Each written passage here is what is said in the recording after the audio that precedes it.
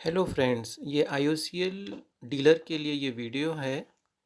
SDMS portal में subsidy of calibration submit किस तरह करें फील्ड ऑफिसर को IOCL के। ऐसी इंफॉर्मेटिव वीडियो के लिए लाइक, शेयर एंड सब्सक्राइब कीजिए। थैंक्स। एसडीएमएस पोर्टल में कैसे चढ़ानी है, तो उसके लिए सबसे पहले एसडीएमएस पर लॉगिन कर लेंगे। डीलर पोर्टल के अंदर लॉगिन करने के बाद हम लोग यहाँ पे जाएंगे। इसके अंदर एक ऑप्शन रहेगा सब्सिडी स्लैश क्लेम्स का। इसको 2 बार करेंगे तो ये खुला आएगा।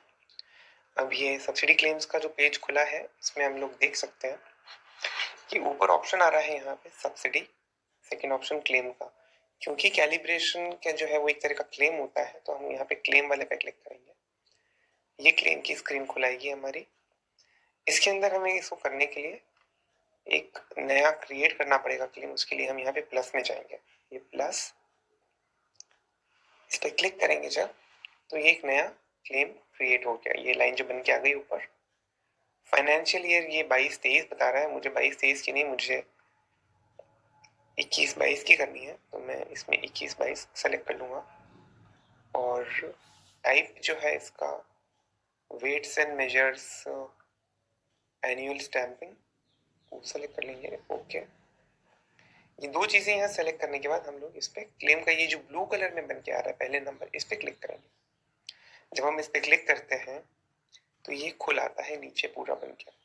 अब इसमें ये आपका पैन कार्ड वेरिफिकेशन मांगेगा, तो आप इसको अपना पैन कार्ड यहाँ पे डाल दीजिए, जो भी आपका है कंफर्म कर दीजिए यहाँ से।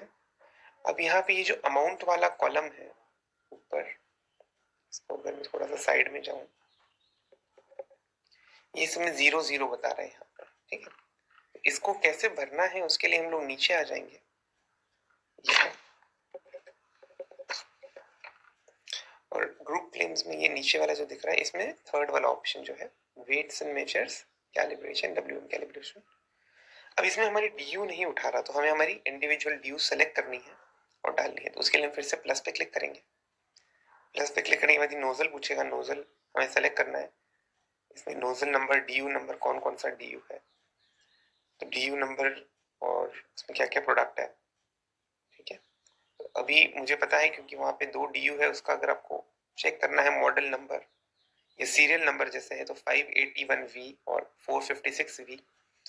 और मेरे जो कैलिब्रेशन सर्टिफिकेट्स हैं वो है 581V का है एक, और दूसरा है 456V का। तो यही दोनों मुझे चढ़ाने हैं।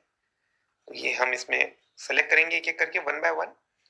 उसके ये करने से पहले हमारे हाथ में क्या क्या चीजें होनी चाहिए वो आप थोड़ा देख लें, मैं आपको दिखा देता हूँ। उसके लिए हमें चाहिए कैलिब्रेशन सर्टिफिकेट, क्योंकि मैं 2 मशीनों की चढ़ा रहा हूँ, तो मेरे पास 2 कैलिब्रेशन सर्टिफिकेट है।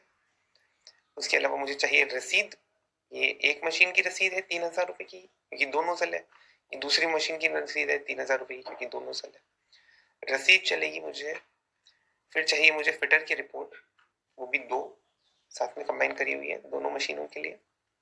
और लास्ट मुझे ये रिक्वेस्ट लेटर, वो एक हो सकता है, इन्होंने इस केस में 2 बनाए हैं, तो कोई बात नहीं, मैंने दोनों मर्ज कर लिए। तो ये 4 डॉक्यूमेंट, 1 2 3 4, रसीद, फिटर की रिपोर्ट, कैलिब्रेशन सर्टिफिकेट और रिक्वेस्ट लेटर, ये हमें रेडी चाहिए हाथ में, PDF बनी हुई रेडी होनी चाहिए। ठीक है, अब हम फिर से आ जाते हैं क्रोम पे, और इसको थोड़ा आसान करने के लिए मैंने एक्सेल में भी लिख लिया है कि सीरियल नंबर, नंबर, रसीद की date, application number, DU number, certificate number, calibration date, ये सब चीजें हमें, मैंने इनसे निकाल ली है इसमें से। ये जो है, अब इसमें पता कैसे चलेगा कि कौन सी रसीद कौन से सर्टिफिकेट की है, तो यहाँ पे लिख के आता है जो ये नंबर है, आवेदन क्रमांक। ये सेम आवेदन क्रमांक जो 22F है, ये आपको इसकी रसीद में मिलेगा। और रसीद में अगर देखें तो 22F वाली रसीद होगी एक, ये वाली 22F। तो इसका DU नंबर है ये, उस DU का है, इस DU का रसीद है वो। ठीक है, तो उसी हिसाब से मैंने एक्सेल फाइल भी बना ली है अपनी रेफरेंस के लिए। अब हम चलते हैं फिर से SDMS पोर्टल की तरफ। तो इसमें मुझे ये 4 जो नोजल है इनको सेलेक्ट करना है 1 by 1। तो ये पहली वाली ली, मैंने ओके किया। अब ये लीगल मेट्रोलॉजी पूछ रहा है कि ये जो कैलिब्रेशन है, ओके, ये जो कैलिब्रेशन है ये रसीद की डेट पूछ रहा है। तो रसीद की डेट मेरे पास है, मैंने इसमें लिखी हुई है। मैं पहले कौन सी मशीन की चढ़ाएंगे हम? 581B। तो 581B की जो है ये वाला है, रसीद डेट 15 जनवरी है, तो मैं 15 जनवरी सेलेक्ट कर लूंगा इसमें से, जनवरी 2022। तो ये आ गया 15 जनवरी 2022, डन। यहाँ पे डेट आ गई। अब ये लीगल मेट्रोलॉजी थोड़ा सा खिसका के देख सकते हैं क्या मांग रहा है। ये मांग रहा है रसीद नंबर, तो रसीद नंबर भी मेरे पास लिखा हुआ है यहाँ पे। ये रसीद नंबर, ये कॉपी कर लेंगे इसको और ये इसमें डाल देंगे। स्टैंपिंग टाइप हमें कंबाइंड लेनी है। रिक्वेस्टेड अमाउंट जो है पर नोजल 1500 लेंगे पर नोजल के हिसाब से। तो एक मशीन पे अगर 2 नोजल है तो 3000 बनेगा। डीलर, ये क्योंकि डीलर के एंड से भर रहे हैं तो डीलर के कमेंट में हम लिख देंगे कैलिब्रेशन या एनुअल कैलिब्रेशन लिख सकते हैं यहाँ पे। एफओ कमेंट्स अभी नहीं लिख पाएगा, ये ग्रे हो गया है क्योंकि डीलर के आईडी से हम कर रहे हैं। तो ये एक लाइन मैंने ऐड कर दी है। नेक्स्ट लाइन हम ऐड करेंगे 581B की दूसरी नोजल। नोजल फिर से सेलेक्ट करेंगे, तो 581B वाली जो थी ये सेकंड नोजल हमने सेलेक्ट कर लिया डीजल की। ओके करेंगे। सेम चीज फिर से यहाँ पे डेट सेलेक्ट करेंगे, जनवरी 2022, 2022 जनवरी, 15 जनवरी 2022, डन कर देंगे।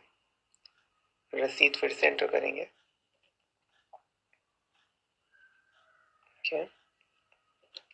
रसीद नंबर डाल दिया, स्टैंपिंग टाइप कंबाइंड और अमाउंट 1500।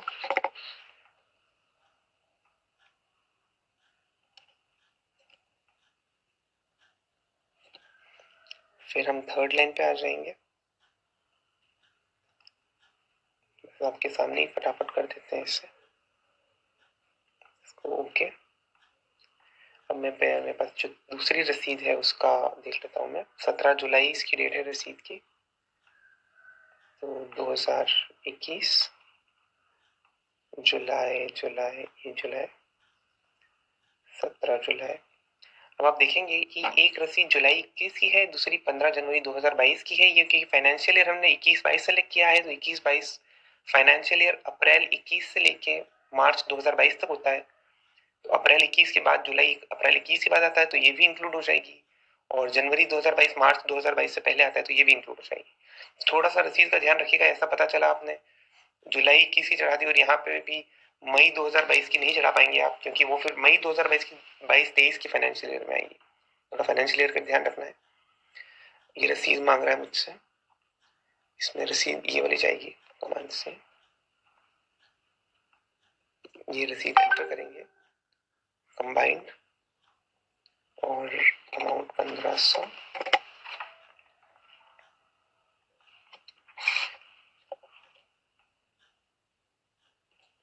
और एक लास्ट नोजल ऐड कर देंगे डीजल के। ओके। फिर से डेट सेलेक्ट करेंगे 2021 जुलाई 17, डन। और रसीद डाल देंगे।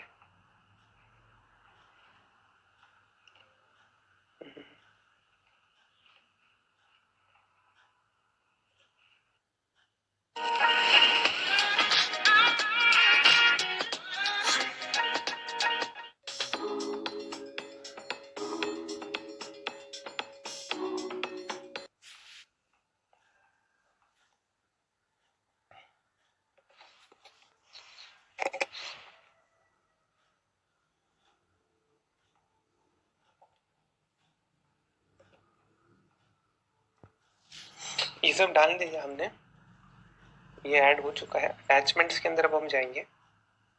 अटैचमेंट में ये हमें बता रहा है कि एज पर द फॉर्मेट, ये केवल पीडीएफ हो सकता है, पीएनजी हो सकता है, या जेपीजी इमेज हो सकता है, बट हमने सब पीडीएफ में करके रखा है तो कोई इशू नहीं है।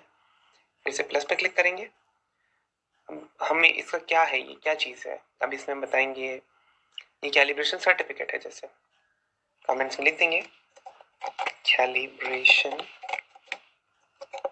सर्टिफिकेट। और अब हम यहाँ से फाइल अपलोड कर देंगे। फाइल को चूज करूंगा मैं, फाइल को कैलिब्रेशन सर्टिफिकेट और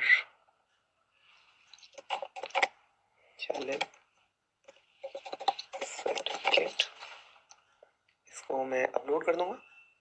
file is getting uploaded, please check after some time. तो इसको ओके करेंगे, ये अपलोड हो जाएगी। तब तक हम दूसरी फाइल ऐड कर देते हैं। दूसरा क्या है हमारे पास, पेमेंट की रिसीट है, तो पेमेंट की रिसीट कर देते हैं। पेमेंट रिसीट, तो इसको मैं फाइल अपलोड करेंगे फिर से।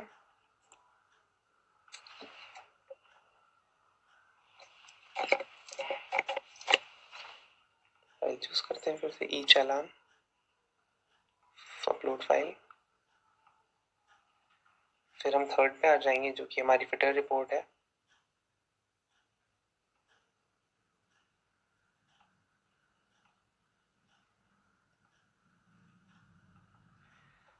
इसमें ऑप्शन होगा फिटर रिपोर्ट, क्योंकि फिटर रिपोर्ट का ऑप्शन नहीं तो हम इसमें अदर्स में चले जाएंगे। यहाँ लिख देंगे हम फिटर रिपोर्ट।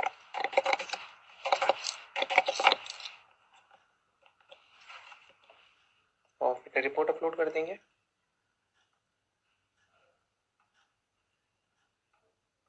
फिटर रिपोर्ट, यहाँ लिख देंगे फिटर रिपोर्ट और अपलोड करेंगे। Okay okay. और लास्ट जो हमारा है वो रिक्वेस्ट लेटर है, तो इसमें हम लोग रिक्वेस्ट लेटर फ्रॉम डीलर और लिखते हैं रिक्वेस्ट लेटर।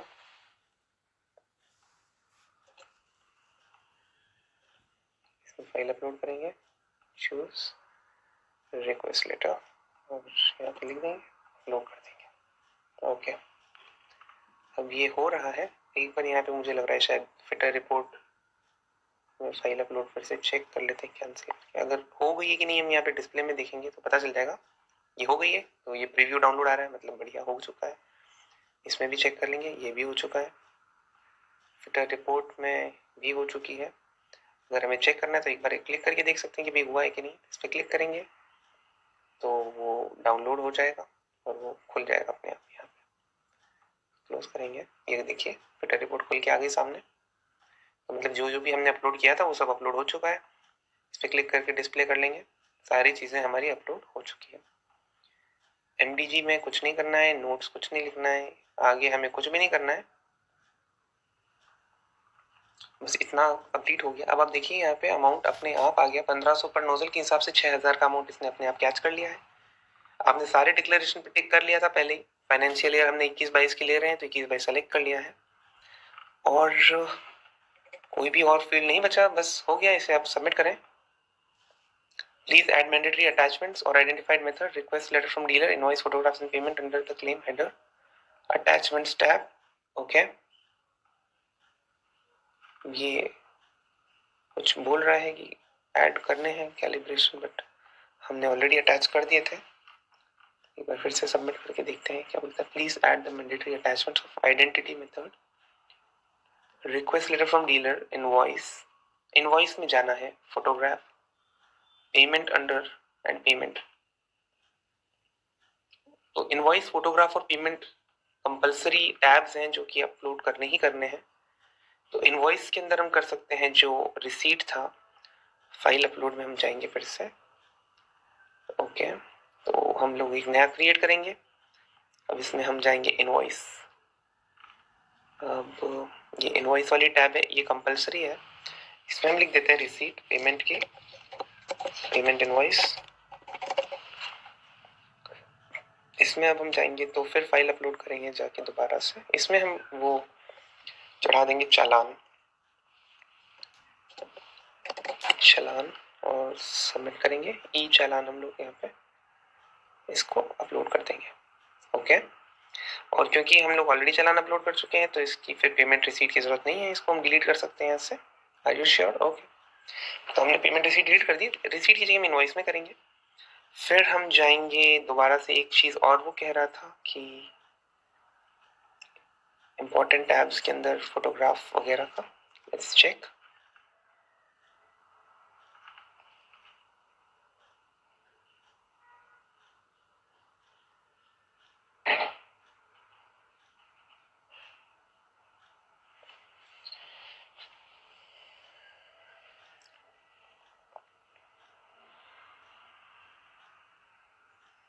अभी ग्रे हो गया है, मतलब सबमिट हो चुका है। अब हम दोबारा से क्लेम में क्लिक करेंगे ऊपर, और हमें यहाँ पे दिख गई हमारी सब्सिडी का स्टेटस। पहले ड्राफ्ट में था, अब आ गया पेंडिंग अप्रूवल, मतलब ये जा चुकी है फील्ड ऑफिसर के पास। और इसी के साथ हमारी कैलिब्रेशन की एक सब्सिडी सबमिट हो गई है। हमें और ठीक से देखना है तो अगर हम होम में जाएं या क्लेम्स में आए तो देखो आप, ये पहले मैंने क्रिएट किया था देखने के लिए, बट उसको फिर मैंने आगे प्रोसेस नहीं किया, तो ये ड्राफ्ट में दिखा रहा है। जब तक सब्सिडी डीलर के पास होगी तब तक वो ड्राफ्ट में दिखाएगा।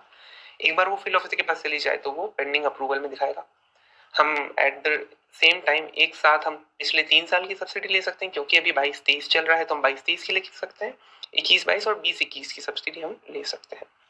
सब्सिडी वेट्स एंड मेजर्स की एनुअल सब्सिडी के अलावा मेंटेनेंस की होती है। मान लीजिए अगर डीयू के अंदर कोई खराबी या पल्सर के कारण या कार्ड खराब होने के कारण अगर डीयू मेंटेनेंस में जाती है, उस वजह से डीलर को अगर कैलिब्रेशन कराना पड़ता है, तो उसकी भी सब्सिडी ली जा सकती है। उसी के अंदर हमें यहाँ पे दूसरा ऑप्शन जो रहता है वो सेलेक्ट कर लेंगे हम। फर्स्ट इंस्टॉलेशन अगर फर्स्ट टाइम ड्यू है, और मेंटेनेंस रिपेयर अगर डीयू में किसी परेशानी की वजह से अगर कैलिब्रेशन कराना है, तो हम ये वाला ऑप्शन सेलेक्ट करके इसे आप साल में 2-3-4 जितनी बार अगर कोई प्रॉब्लम आ जाए उसको ले सकते हैं। इसकी कोई लिमिट नहीं है। एनुअल स्टैंपिंग साल में एक बार ली जा सकती है। इसी के साथ ये वीडियो मैं खत्म करता हूँ। Thank you so much.